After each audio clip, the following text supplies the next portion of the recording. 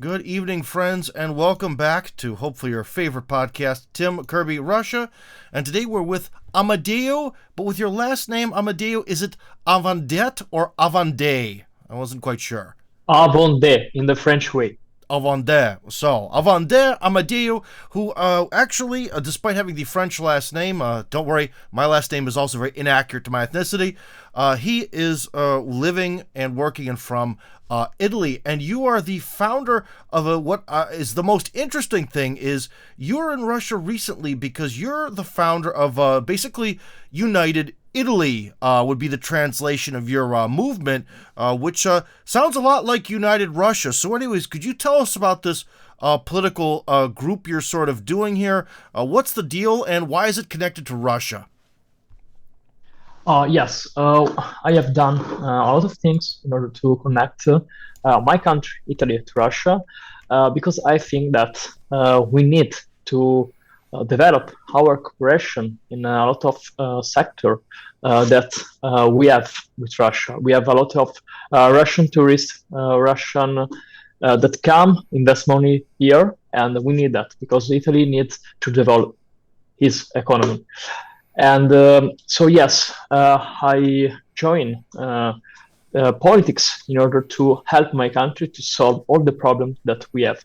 Because you know you are from US, and in US there are a lot of problems with gang, a lot of problems with economic problems, with a lot of homeless. And now I see the same problem also here in my country, in Italy.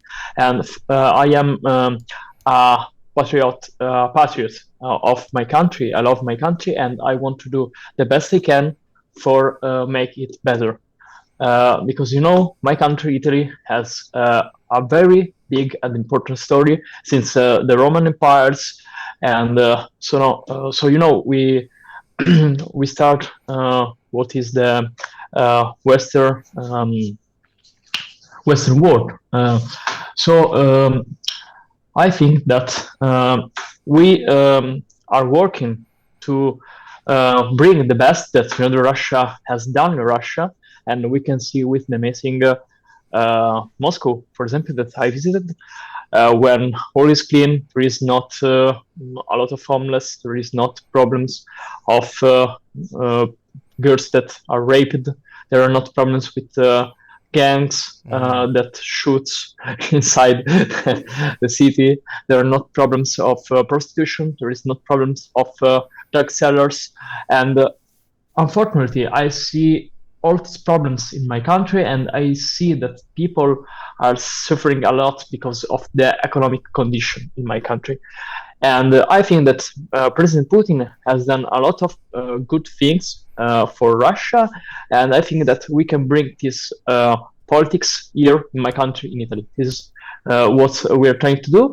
And I was in Russia in order to meet. Wait, hold on. I gotta ask one thing. I gotta jump in here and interrupt you. So, but besides like Putin himself, what do you think? Why is Russia different? Because not that long ago in the 1990s, a lot of the problems you mentioned, like gangs, women being in danger, in the 1990s, that was a real sort of thing that happened in Russia. So, what do you think is the solution? How did Russia solve these problems? It's possible to hire enough police, give them power. It's important to follow law and order. And it's important that people know that if they do a mistake, they will be punished from the state. And it's important to check with cameras. It's important to make the right laws in order to stop gangs and stop mafia and stop all these things, all these troubles. So what you're saying is in Italy, the police are a very weak force? They can't really do much? Yes, they can. There is in the downtown, it's impossible to control some areas of the cities. And we have very, very big problems. And now, not only, in the neighbors that are far from the city center, but also where there are the most important monuments and city hall and all. And also in the city center now we have problems with gangs, prostitutions, and all these problems that we spoke before. And so I think that it's important to give power to the police and make new laws in this way. And because also that also in the US they have the same problems, but now in the US they talk about defund the police, and in the US there is this problem with the police, but I think that the police is in trouble because there are more troubles with guns, because in US a lot of people that are bad people have guns and can create troubles with good person, good people, and with the police too. So it's important to, in my opinion, give more power and more cameras to see what happens in the city, because in Italy and also in the US there are a lot of free zone where all crimes are allowed, because there is a very lack of control from the state of this area. Oh, interesting. Now, one thing is, let's just say for your parents' generation or for your grandparents' generation, okay, were the Italian police back then also very limited in what they could do and a very weak force? Or is this a new thing that the police can't do much? In general, after what it was during the Cold War, police suffer the problems of economy of the state, so they receive less fund, and so they have less men around the streets. And now there is also the army that check some checkpoint in the streets, because police is not enough, so they use the army. Oh, real. Huh. Okay, I hope that's constitutionally okay in your country. But anyways, I kind of cut you off earlier. So what were you doing in Moscow recently? What kind of business did you have here? And also, when you got back home, did any people give a knock on the door and ask questions about where you were? No. Fortunately, they did it before in Milano Centrale railway station. They know that I was in Milan for make the visa, and they stop me and check all I have with me, my bags, and take photos of all my documents, including the letter from Russia. And start to make a lot of questions, but they don't find anything, because maybe you can like Russia but not be a spy. Maybe surprising, but they are politics. They are police. We are not all spies. And so I was in Russia. I met a politician there. I met Irina Eliferova from Russia. I was in Gosduma, in Duma, the State Duma. I met Evgeny Infantiev, the Russia deputy, and I met also Piotr Olegovich Tolstoy, that you know. Yeah, he's on TV. Yeah. Yes, the deputy chef of Duma. And so it was very interesting to meet all these very important people for me. It's also for me a motivation to do better my work and develop better my movement. About my movement, I can say that soon in March we will be officially registered as political party, and we can take part in election. And so we are working very hard for do the better. Well, I hope you have some funding, because elections always take a lot of money, man. That's the hard part. Well, here's something. What did people like Pyotr Tolstoy, what did he have to say to you? Like, somehow you organized a meeting with him, and, what was his sort of view on, working with Italy? And especially, you're a young guy, too. What did he have to say to you? They are very happy that I was able to organize a lot of meetings in Italy. Maybe you have seen on the net or in TV, all these things. And they want to give congratulations to me for what I have done. And we want to work in a better cooperation between United Italy and United Russia, like we have done since the start of my movement. Oh, I see. All right. Well, not bad, not bad. Did anything, was this your first time in Russia? Yes, this is my first time in Russia.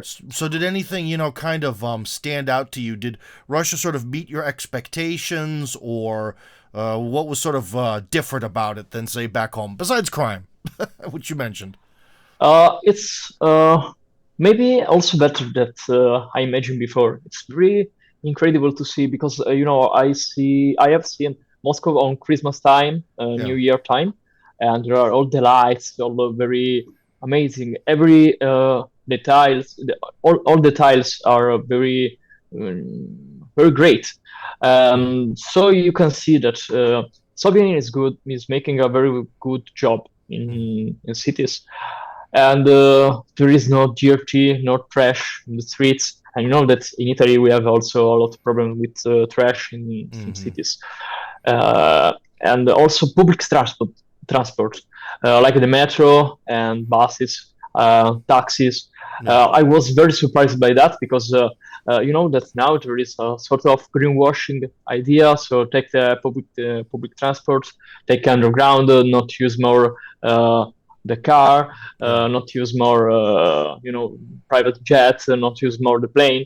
But it's possible in Europe to or in Italy to don't use the car because the public transportation are very weak. Are in Italy they don't work well and they are not Oh. developed a lot, and so it's something crazy. But when I was in Moscow, I traveled in Moscow city and also in Moscow Oblast to see some museum like the Tchaikovsky Museum in Klin, and I used only the train and the underground and in the night the taxis.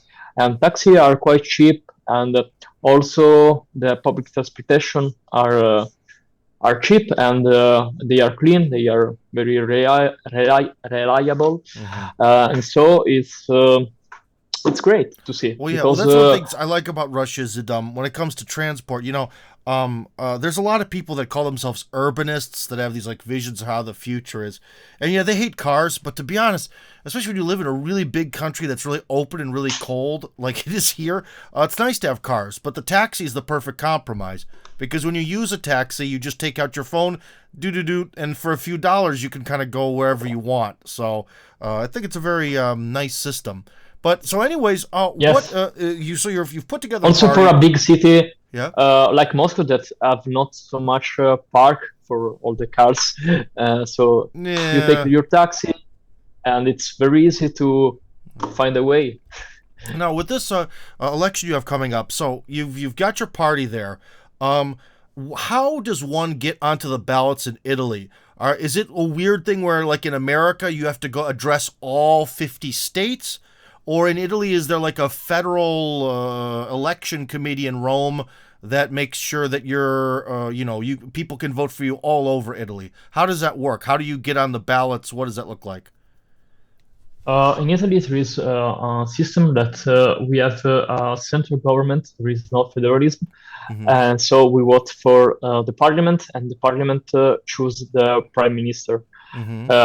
And the prime minister represents the parliament, but Yeah. it is chosen by the president of the republic. And so we have this system that is not very good because it's a lot of compromise inside the parliament and it's very difficult to make new laws and a lot of balance of interest, and it's a very weak system. And so we vote basically for the parliament. Yeah. And then we have also the local election from our region and for our mayors. So now you mentioned some of the things that you feel are important. What is of the people you're trying to attract to vote for you? What do they want? Is it the same thing you've mentioned, or are you trying to sort of grab a particular crowd with a certain message? Like, how are you doing this? Because it's a tough job. Inside my party, there are a lot of people from all different jobs, and there are, for example, some businessmen. They are very afraid of the gas bill because after they put the gas from Russia, this is a very very big problem to Britain because we are used to buy a lot of gasoline, gas, and petroleum from the Russia, and so they are very worried about their business. Then we have some people that are students that they are very very worried from inflation, because to rent an apartment in Milan is something crazy now, and also in Rome and Turin.